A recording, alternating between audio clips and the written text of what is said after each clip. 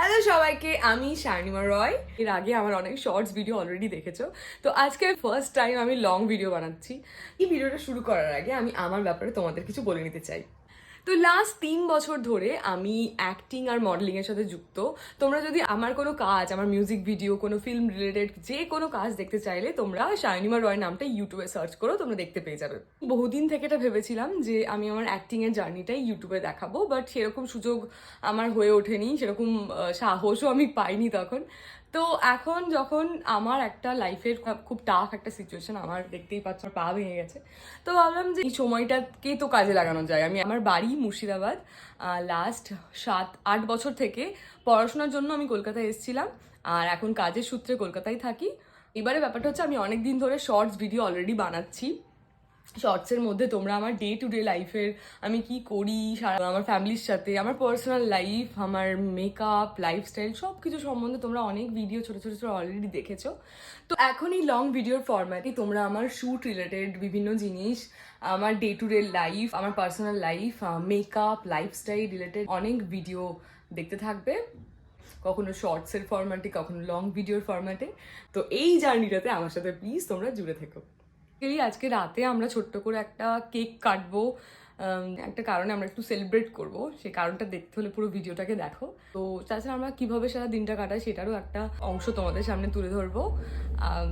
তো ভিডিওটাকে পুরো দেখতে থাকো। আমার 700 সাবস্ক্রাইবার ইউটিউবে কমপ্লিট হয়েছে আজ, তার জন্য শ্রেয়া আমার জন্য বানিয়েছে এই কেকটা।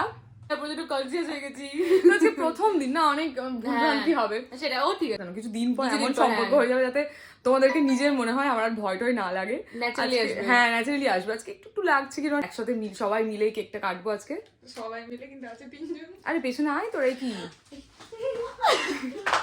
তো এই যে বন্ধুরা আমরা এবার এটা কাটি। হ্যাঁ, শ্রেয়া ভদ্র হচ্ছে ভাবা যায়।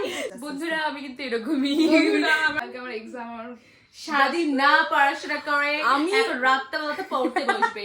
শর্টসেও দেখলাম প্রথম এত ভয় পেতাম, এত কিছু মনে হতো, খুব ইয়ে ছিল। যেমন আজকে ওই 2 মাস আগে যেটা শুরু করেছিলাম আর আজকে যেটা, তার মধ্যে একটা বিশাল ডিফারেন্স। তো আমি এটাও জানি যে আস্তে আস্তে এইভাবে কথা বলতে বলতে আমি ওটাও আস্তে আস্তে হয়ে যাবে, তোমাদের সাথে একদম হার্ট টু হার্ট কানেকশন হয়ে যাবে।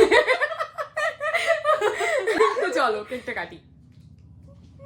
কি ভালো বানিয়েছিস ভাই, না কেকটা দেখতে ভালো হয়েছে। আমি এবার কনফিডেন্স ফিরে পেয়েছি। Happy 700 subscriber to you. Happy 700 subscriber to you.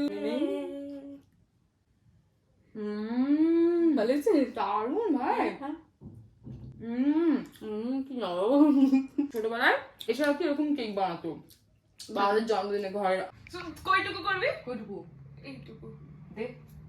তা আমি সেকশন করে দিই, বড় করে কাটি প্রথমে। হ্যাঁ ওই দেখ বিউটিশিয়ান ওরকম কুচি কুচি কুচি কুচি করবে, দেখ। হ্যাঁ খুবই বিউটিফুল লাগছে। কাকিমা এসছে।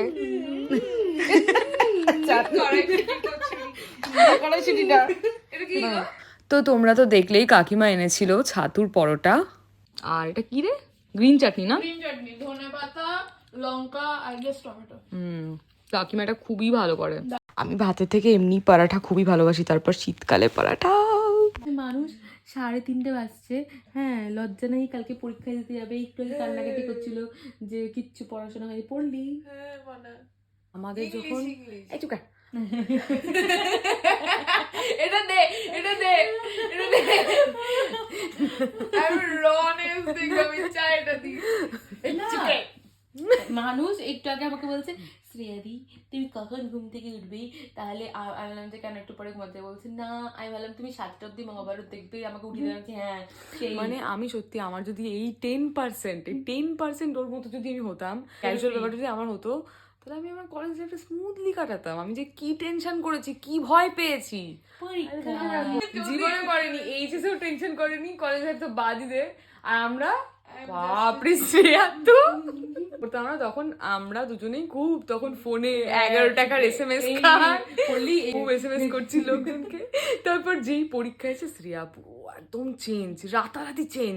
শ্রেয়া পুরো বাংলা মাকে ফোন টোন দিয়ে দিল। আমি ভাবছি যে বাবা এ কি, আমি কি কোনো পাপ করছি তাহলে? ওই দেখে আমিও ভয় ফোন টোন দিয়ে দিলাম। আর এইদিকে এদের যখন মাধ্যমিক হচ্ছে ওরা তখন কি করছে, ওরা তখন ওই ইয়ে শুরু করে দিয়েছে, গেম অফ থ্রোনস, তারপর কাকে কাকে ফোন করছে রং নাম্বারে।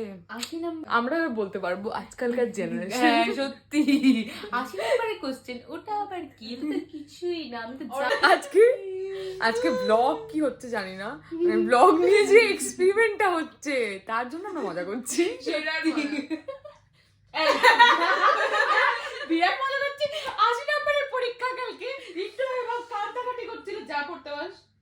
আমার কিন্তু কলেজে বন্ধু না, এখন আন্টি বা ভাগ্যকে ওরা চলে আসবে, তারা তখন বলবে যে কি অসভ্য মেয়ে, যা করতে পাস। মনে তুমি পড়োনি? সবথেকে বড় কথা তো মা বলবে কালকে, কমেন্ট করবে ভাই এখান থেকে। তুই যে বললি পড়তে বলছি, এতটা যে বানালাম, তোরা আমার কে সেটা বল। ও আমি বোন, দাঁড়া, এটা বন্ধু। বোনটা কে? ছোট কাকা মেয়ে। ছোটবেলা বন্ধু, বেস্ট ফ্রেন্ড। বলেনি, কোথাও বলেনি। বন্ধু, only বন্ধু, just friend, পরিচয় পাইনি তো জ্বলছে। just friend। এটা কি জাস্ট ফ্রেন্ড জানিস কাদের বলে? আমি বেস্ট ফ্রেন্ড।